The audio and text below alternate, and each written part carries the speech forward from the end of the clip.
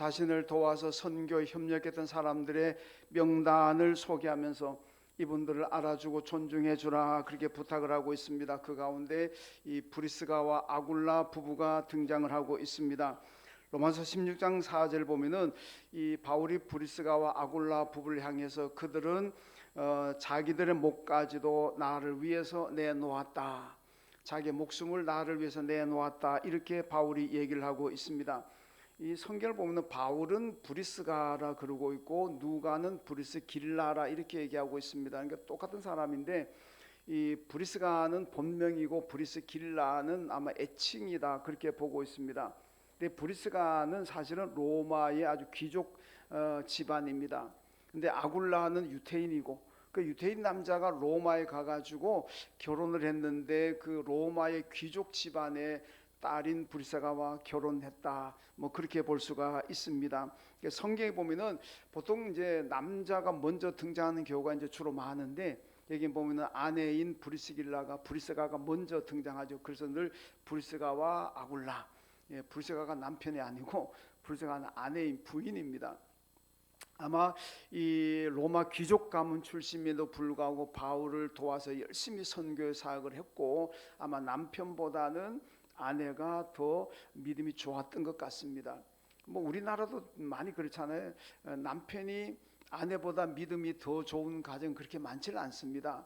주로 아내분들이 믿음이 좋고 남편분들은 그저 때때로 끌려오다시피 하기도 하고 뭐 주로 이제 그런데 아마 브리스가와 아굴라도 아마 부인인 브리스가가 더 믿음이 좋았기 때문에 이름이 먼저 나오는 거 아닌가 그렇게 생각해 볼 수가 있습니다. 근데 사도행전 18장 2절을 보게 되면은 로마 황제 글라우디오가 유대인 추방령을 내립니다. 아마 그 로마에서 유대인들이 아마 소요사 때 요즘 말로 좀 데모 같은 걸 아마 일으켰나 봐요. 그래서 이 글라디오가 분노해가지고 유대인 추방령을 내려버렸는데, 그러니까 이제 브리스가는 유대인이 아니지만은 그의 남편이 유대인이다 보니까 아마 같이 남편 따라서 추방되어서 고린도에 왔습니다. 근데 고린도에 와가지고 바울을 만나게 됩니다. 그래서 바울도 천막 제조 기술을 가지고 있고, 근데 그 아굴라도 천막 제조업자입니다. 그러니까 동업제 이제 종사하는 사람이다 보니까 뭐 말도 잘 통하고 뭐 서로 동질성을 많이 가지게 될 것 아니겠습니까? 그래서 하여튼 바울과 친하게 되었고, 그래서 자기의 예수를 믿게 되고 자기 집을 예배 처소로 내놓았고, 나중에 브리스가와 아굴라 부부는 바울이 가는 곳마다 따라다닙니다. 여러분 요즘은 뭐 국내 이사하는 거야 뭐 또 더 쉽고 해외 이사하는 것도 뭐 그렇게 어렵지 않게 뭐 돈이 문제지, 돈만 있으면 해외 이사도 뭐 잘 할 수가 있잖아요. 근데 그 옛날에는 뭐 비행기가 있습니까? 뭐 물류차가 있고 화물차가 있습니까? 이사한다는 게 참 어렵습니다. 그럼에도 불구하고 이 브리스가와 아굴라는 바울이 가는 곳마다 자기의 삶의 터전을 다 내려놓고 버리고 바울을 따라 났습니다. 대단한 믿음이고 대단한 열정입니다. 그래서 바울이 고린도에서 에베소로 가니까 결국 에베소까지 따라와서 바울과 협력을 했고, 거기서도 자기의 집을 예배 처소로 내놓았고, 나중에는 로마까지도 바울과 함께 가는 하여튼 그런 모습을 보여주고 있는 것이 바로 브리스가와 아굴라 부부 얘기입니다. 나중에 이제 유대인 추방령을 내렸던 글라우디오 황제가 이제 사망하게 되니까 이제 추방령이 좀 느슨해졌습니다.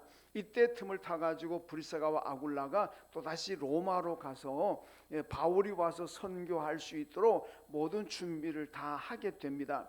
여러분 이 바울이 로마서를 기록하잖아요. 바울의 로마서는 로마인들에게 보내는 편지인데, 바울은 로마서를 고린도에서 기록할 때 아직 로마에 가보지 않았습니다. 로마에 한 번도 가보지 않았음에도 로마서를 읽어보게 되면 로마에 대한 사정을 바울이 잘 알고 있습니다. 어떻게 한 번도 가보지, 요즘같이 인터넷이 있는 것도 아니고 뭐 뉴스를 접할 수 있는 것도 아닌데 어떻게 한 번도 가보지 않은 로마를 바울이 그렇게 잘 알고 있을까? 아마 학자들이 그렇게 추정합니다. 로마에 살던 이 브리스가와 아굴라가 로마에 대한 소식을 바울에게 많이 전해 주었고, 또 유대인 추방령이 다시 없어지니까 또 로마에 가가지고 바울에게 계속해서 로마의 사정을 알려주었고, 로마의 교회, 로마 성도들 이 문제 알려주니까 바울이 로마에 가지 않고서도 로마의 사정을 잘 알고 로마서를 기록했다, 그렇게 하여튼 볼 수가 있습니다. 자, 이 브리스가와 아굴라 부부가 자기들의 바울을 위해서 자기들의 목숨을 내놓을 정도로 모든 걸 다 버리고 포기하면서까지 바울을 따라다니면서 복음을 전하는 그런 모습을 보여주고 있습니다. 오늘 본문의 말씀도 바로 이거 따라다니는 것에 대한 지금 말씀을 하고 있습니다. 브리스가와 아굴라가 정말 바울을 열심히 따라다닌 것처럼 오늘 본문에 등장하는 사람들도 하여튼 열심히 따라다니는 그런 사람들의 모습을 보여주고 있습니다. 오늘 본문의 내용은 다윗 왕의 이야기입니다. 다윗은 바세바와 범죄 사건이 있고 난 다음에 나단 선지자가 다윗에게 경고하죠. 임금님의 집안에 칼날이 영영히 떠나지 않을 것입니다, 이런 경고를 합니다. 그 경고대로 다윗의 아들끼리 그냥 왕권을 놓고 그냥 칼부림이 납니다. 형제들끼리 아들끼리 서로 죽이고 죽는 이런 칼부림이 다윗 집안에 실제로 일어나게 됩니다. 그리고 오늘 본문의 이야기는 다윗의 아들 압살롬이 반란을 일으킵니다. 그래서 아버지를 죽이고 자기가 왕이 되려고 하는 이런 목표를 가지고 반란을 일으킵니다. 이 천하의 표현하죠. 아무리 권력이 좋다고 하더라도 어떻게 자기 아버지를 죽이고 왕이 되려고 하느냐, 이런 패륜적인 일들이 지금 본문에 일어나고 있습니다. 그러니까 오늘 본문 13절에 보면은 민심이 다 압살롬에게로 갔다, 이렇게 얘기를 하고 있습니다. 그러니까 보니까 이게 요즘 말로 하면은 여론조사를 해보니까 한 여론조사 70 내지 80%가 압살롬을 지지하고 다윗을 지지하는 사람 별로 없다는 거예요. 그러니까 국민들의, 백성들의 마음이 전부 압살롬으로 넘어갑니다.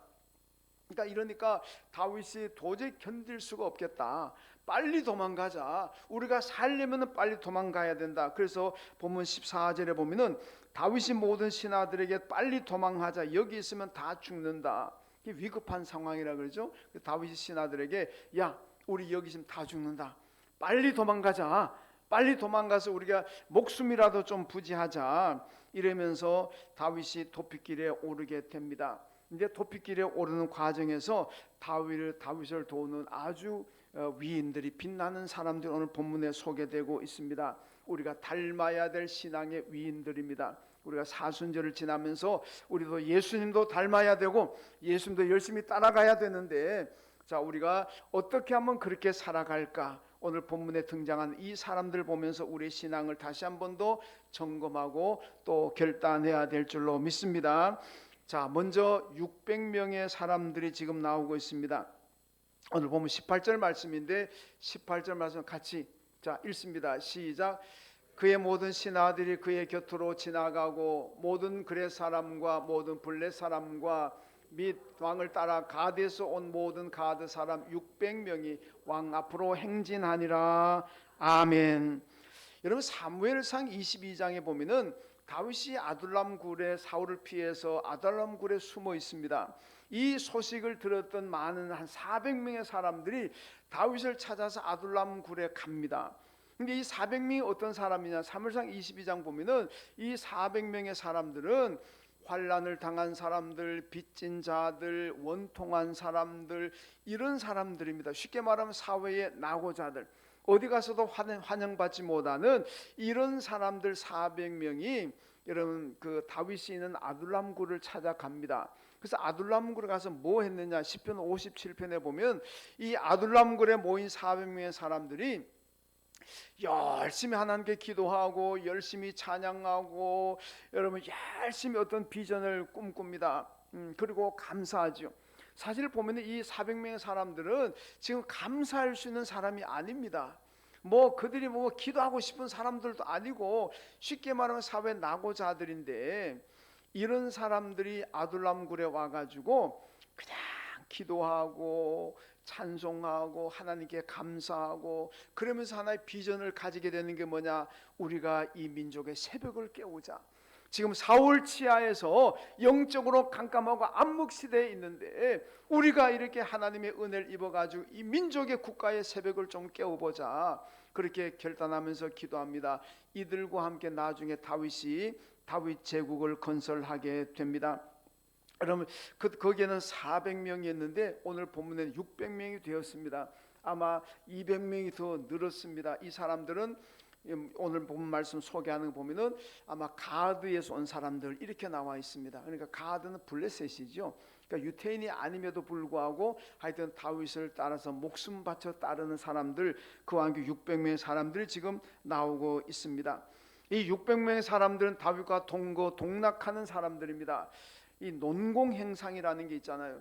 그러니까 뭐 옛날이나 지금이나 뭐 외국이나 우리나라나 대충 누가 정권을 잡고 대통령이 되면은 그 정권 창출을 위해서 수고한 사람들 공헌도에 따라서 뭐 어떤 직책을 줄 수도 있고 어떤 뭐 상을 줄 수도 있고 뭐 그런 것들은 뭐 어느 시대나 어느 나라나 대개 다 있고 우리나라도 뭐 비슷합니다. 그게 너무 심하면은 이제 지탄을 받고 비난을 받지만은 어느 정도는 다 있습니다. 그러니까 다윗도 왕이 되고 난 다음에 이 농공행상에 따라서 공헌도에 따라서 예루살렘에 살 수 있는 집도 주었을 것이고 아버님 뭐 어떤 자리도 주었을 것이고 뭐 상도 내렸을 것이고 그러니까 이 사람들이 이제 예루살렘에서 안정되게 정착하면서 이제 사는 사람들입니다.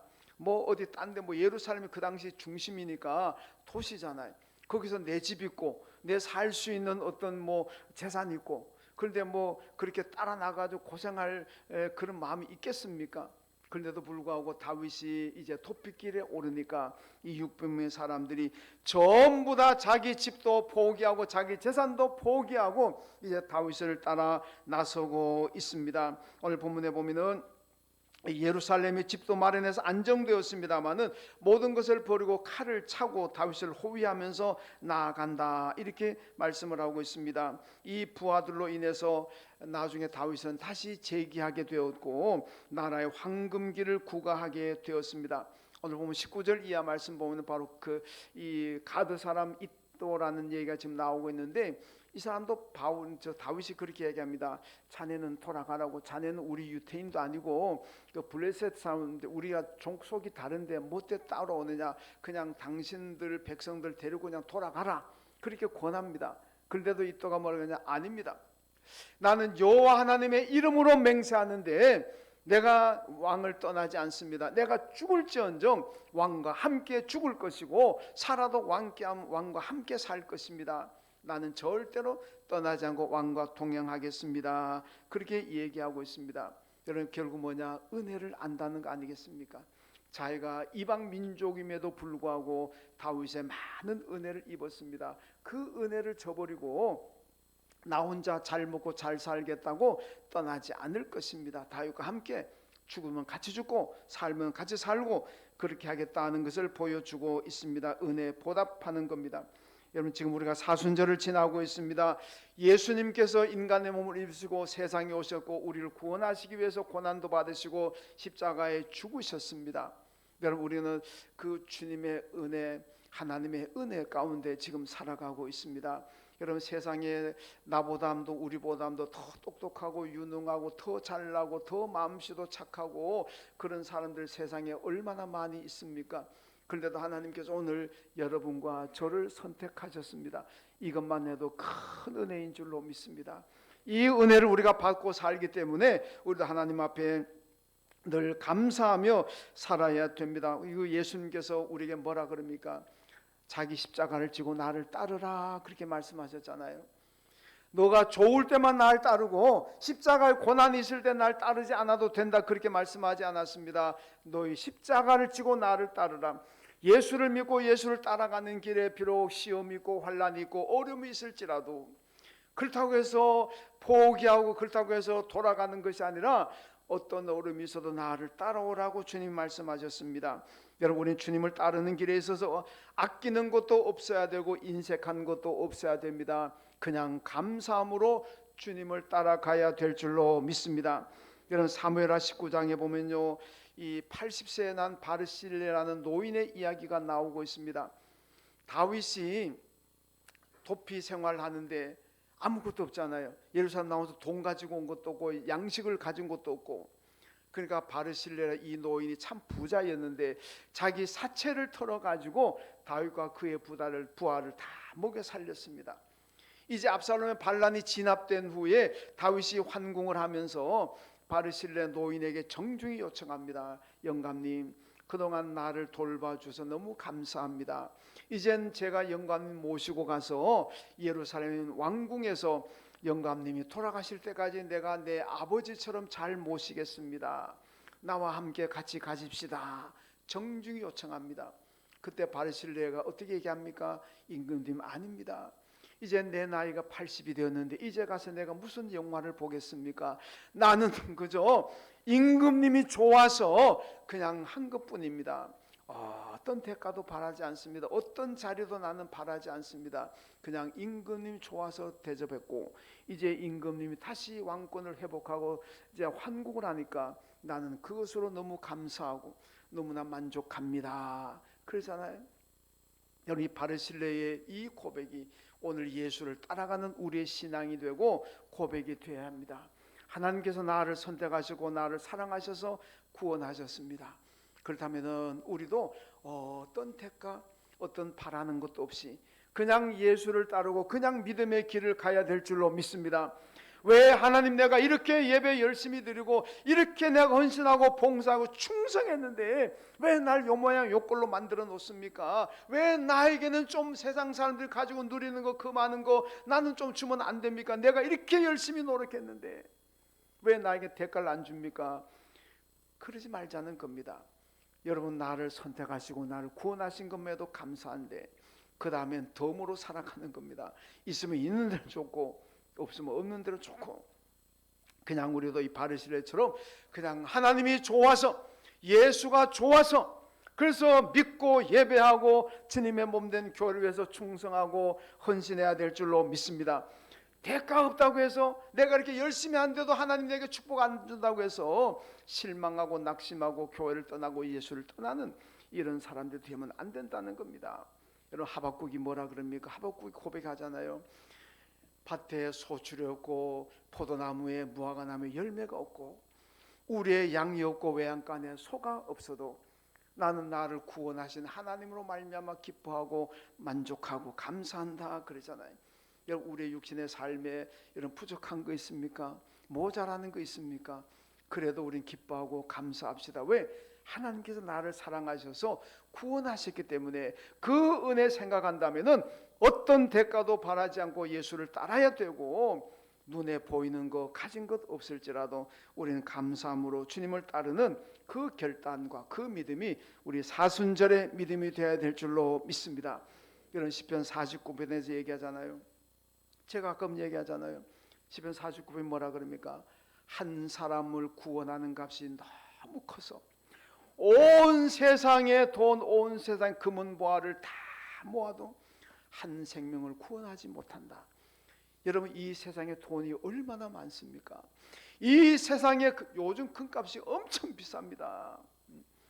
그 60만 원 가까이 올라갔다가 지금 좀 어떻게 되는지 모르겠는데, 우리 교회에서 이제 또 창립주일 되면 20년 근속자들 금 한 동씩 나가는데 좋은 겁니다. 엄청 비쌉니다.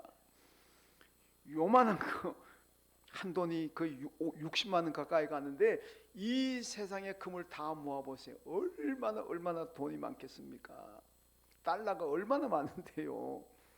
그거 다 모아도 한 생명을 구원하지 못한다 그러잖아요. 여러분, 돈으로 구원받을 수 있습니까? 안 됩니다. 그런데 우리는 하나님의 은혜로, 하나님의 사랑으로 구원받았습니다. 그러니까 우리는 늘 감사해야 되고 어떤 상황이 있든지 간에 하나님께 감사하며 살아야 될 줄로 믿습니다. 이따가 우리가 찬송 부르겠습니다만 찬송가 304장이 뭐라 그럽니까? 하늘을 두루마리 삼고 바다를 먹물 삼아도 그 크신 하나님의 은혜와 사랑을 다 기록할 수 없겠네. 여러분, 그 사랑이 너무 커서 너무 많아서 하늘을 두루마리 삼고 바다를 먹물 삼아서 기록한다 그래도 다 기록할 수 없는 축복을 우리가 받았습니다. 그 은혜 보답하는 삶을 살아야 되지 않겠습니까? 여러분, 보답하는 게 어떤 뜻입니까? 어떤 십자가도 마다하지 않고 그냥 예수를 따라가는 것이 보답하는 길입니다. 여러분, 금은 보화를 가지고 은행에 있는 모든 돈을 다 찾아와 가지고 하나님께 드려야 보답한다, 그게 아니고 그냥 내가 어떤 상황에서든지 예수님 가신 길을 묵묵히 따라가는 것, 그게 주님의 은혜 보답하는 길인 줄로 믿습니다. 오늘 사순절 지나면서 600명의 사람들처럼 내게 아무런 도움도 안 되고 유익한 것 없어 보이고 힘들어 보이고 고난이 보여도 그래도 다윗을 따라가는 것처럼 여러분 우리 삶의 십자가의 길이라도 예수를 따라가는 그것이 보답입니다. 모두 하나님 은혜 보답하는 삶을 사시기를 주님의 이름으로 축원합니다. 그 다음에 다윗 왕을 보겠습니다. 오늘 보면 25절 말씀 읽습니다. 25절 시작. 왕이 사독에게 이르되 보라 하나님의 궤를 성읍으로 도로 메어 가라. 만일 내가 여호와 앞에서 은혜를 입으면 도로 나를 인도하사 내게 그 궤와 그 계신 데를 보이시리라. 아멘.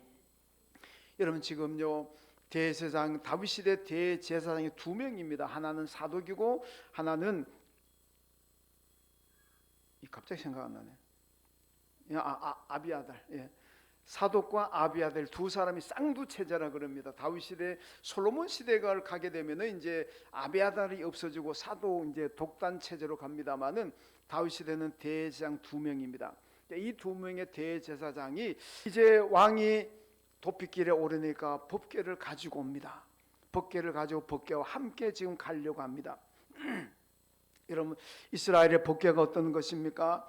법궤는 하나님의 임재의 상징입니다. 이스라엘이 출애굽할 때 보면 항상 법궤가 맨 앞에 선두에 섭니다. 법궤가 서면 백성들도 서고 법궤가 가면 백성들도 가고 이렇게 됩니다. 정차가 거기에 머물 때에는 법궤를 중심으로 해서 12개 지파가 딱 법궤 중심으로 자기 자리를 잡고 거기에 머무르게 됩니다. 그만큼 법궤는 이스라엘 백성들에게 가장 핵심이고 바로 중심입니다. 정치적으로 보면은 법궤를 가지고 있다는 것은 정통성을 인정받는 겁니다. 여러분 우리나라의 왕조 체제에서 보면은 정통성을 인정받는 게 옥새라는 게 있잖아요. 그 태조 이성계가 그 자기 아들들이 왕권 투쟁하고 막 죽이고 살리고 이러니까 너무 꼴보기 싫어 분노해가지고 옥새를 가지고 고향 함흥으로 날라버렸잖아요. 그 함흥으로 가 있으니까 이 이방원이가 왕이 태종이 되었는데 이게 명나라가 인정을 안 해주는 거예요. 그러니까 명나라가 야 옥새도 없는데 어떻게 우리가 너를 왕으로 인정하겠느냐. 옥새를 가지고 오든지 아니면 왕권을 내놓든지 뭐 그렇게 하라. 이러니까 태종 이방원이가 얼마나 몸이 달겠습니까? 그러니까 아버지한테 옥새를 받으려고 그 차사를 막 보내잖아요. 3번씩이나 보냈는데 가는 쪽쪽 안 돌아옵니다. 그래서 뭐 역사가들이 어떤 사람들은 뭐 그 태조가 이 차사를 다 쪽쪽 죽였다 이런 기도 하고 어떤 사람 뭐 가뒀다 그러기도 하는데 뭐 그건 제가 잘 모르겠습니다. 죽였는지 가뒀는지 모르지만은 좌우전 안 돌아옵니다. 그래서 함흥 차사라는 얘기가 나오잖아요. 근데 그 나중에는 이방원이가 직접 가서 아버지한테 사정 해가지고 옥새를 가지고 오는 뭐 그런 일을 볼 수가 있습니다. 옥새가 없으니까 정통성을 인정받지 못하는 거예요. 여러분 이스라엘로 보면은 법궤를 가지고 있으면은 정통성을 인정받습니다. 그러니까 다윗이 도피길에 가는데 법궤를 가지고 간다는 것은 얼마나 귀한 일이겠습니까? 내가 지금은 도망가지만은 정통성을 가진 왕이라는 거 아니겠습니까? 그런데요 다윗이 뭐라 그럽니까? 사독 대사장을 불러가가지고 대제사장님 법궤를 도로 메어 가세요. 법궤를 도로 있던 자리에 갖다 모시고 놓으세요. 나는 법궤를 안 가지고 갑니다. 나는 지금 나가면은 광야에서 눈을 맞아야 돼, 비바람을 맞아야 되고 사막에 폭풍 같은 거 바람을 맞고 고생해야 되는데 하나님의 법궤를 가지고 나가가지고 왜 그 고생을 시킵니까? 그건 하나님이 기뻐하실 일 아닙니다. 나야 고생해도 괜찮지만은 하나님의 임재상이 법궤를 어떻게 이렇게 비바람이 치는 사막에 고생을 하게 만들 수가 있습니까? 나 하나 안전하자고 나 하나를 위해서 하나님의 법궤를 이렇게 험하게 다룰 수는 없습니다. 그냥 있던 자리에 도로 갖다 놓으세요. 그리고 법궤를 가지고 가지 않고 그냥 갑니다. 여러분 이게 뭡니까? 다윗의 신앙이 뭐죠? 내가 위기당하고 내가 지금 굉장히 힘든 상황에 처해 있지만은 그럼에도 불구하고 하나님을 이용하지 않겠다는 겁니다. 여러분 신앙에는요 두 부류가 있습니다. 한 부류의 사람들은 하나님을 이용해서 내 욕망을 채우겠다고 하는 사람입니다. 여러분 대표자가 가룟 유다잖아요. 가룟 유다가 뭡니까? 자기의 정치적인 야망을 채우기 위해서, 그것을 이루기 위해서 여러분 예수를 이용하잖아요. 이용하려고 그랬다가 실패하고 결국 자기 자살로 끝나버리잖아요. 하나님을 이용해서 내 목표를 달성하고 여러분 내 욕망을 채우려고 하면은 그건 바로 실패합니다. 하나님 이용하면 안 됩니다. 여러분 또 한 부류의 사람들은 내가 하나님께 이용당하는 사람입니다. 여러분 예수님은 하나님께 철저히 이용당하셨습니다. 예수님의 생각은 십자가 안 지고 싶은 생각이 있었지만은 그건 하나님의 뜻이 아니기 때문에 그냥 십자가 지십니다. 하나님께 이용당하셨어요. 하나님께 이용당하니까 하나님께서 예수를 다시 살리셨고 우리의 그리스도가 되게 하셨습니다. 여러분 성경이 사도행전 2장 36절에 뭐라 그럽니까? 너희가 십자가에 못 박은 예수를 하나님이 우리의 주와 그리스도로 삼으셨다 그러잖아요. 여러분 예수님은 하나님께 이용당하셨습니다. 이용당하시니까 하나님께서 예수를 다시 살리셨고 우리와 여러분과 저의 그리스도가 되게 하셨다. 지금 하나님 우편에 앉아 하나님의 영광을 누리고 계신다는 거 아니겠습니까? 여러분 하나님을 이용하려고 하면은 그건 실패합니다. 그러나 하나님께 이용당하면은 성공할 줄로 믿습니다. 여러분 링컨 대통령이 남북 전쟁 당시 전세가 너무 어려우니까 참모들이 링컨 대통령에게 각하 우리 하나님이 우리 편이 되도록 기도합시다. 그때 링컨이 뭐라고 말합니까? 아니다. 우리가 하나님 편이 되도록 기도하자. 그러니까 참모들은 하나님을 우리 편으로 만들자 그랬는데 링컨은 아니다. 우리가 하나님 편이 돼야 된다. 우리가 하나님께 이용당해야 된다. 그 얘기 아니겠습니까? 편가르기라는 게 좋은 거 아니고 우린 그런 하지 말아야 되지만은 뭐 이해하기 쉽게 제가 그렇게 얘기한 겁니까? 우린 여러분 하나님 편이십니까? 아니면은 뭐 다른 편이십니까? 우리는요 하나님께 철저히 이용당해야 됩니다. 그래야 그게 축복받는 길이고 성공하는 길인 줄로 믿습니다. 잠언 16장 3절에 보니까 너의 행사를 여호와께 맡기라. 그리하면 내가 경영하는 것이 이루어지리라. 여러분 하나님께 맡긴다는 게 뭡니까? 하나님께 이용당하는 거예요. 내 욕심, 내 탐욕 다 내려놓고 하나님께 이용당하면은 하나님께서 우리가 경영하는 것 이루어 주실 줄로 믿습니다. 내가 경영해서 뭔가 얻으려고 하면은 얼마나 힘들고 스트레스 받고 얼마나 괴로움이 심하겠습니까? 근데 하나님께 다 맡기고 하나님께 이용당하면 하나님께서 경영해 주십니다. 하나님께서 이루어 주시고 하나님께서 성공하게 하실 줄로 믿습니다. 여러분 성공하고 싶으시죠? 뭐 실패하고 싶은 사람 손들어 보라 그런데 안 해도 들 사람 아무도 없을 겁니다. 누가 실패하고 싶겠습니까? 다 성공하기를 원합니다.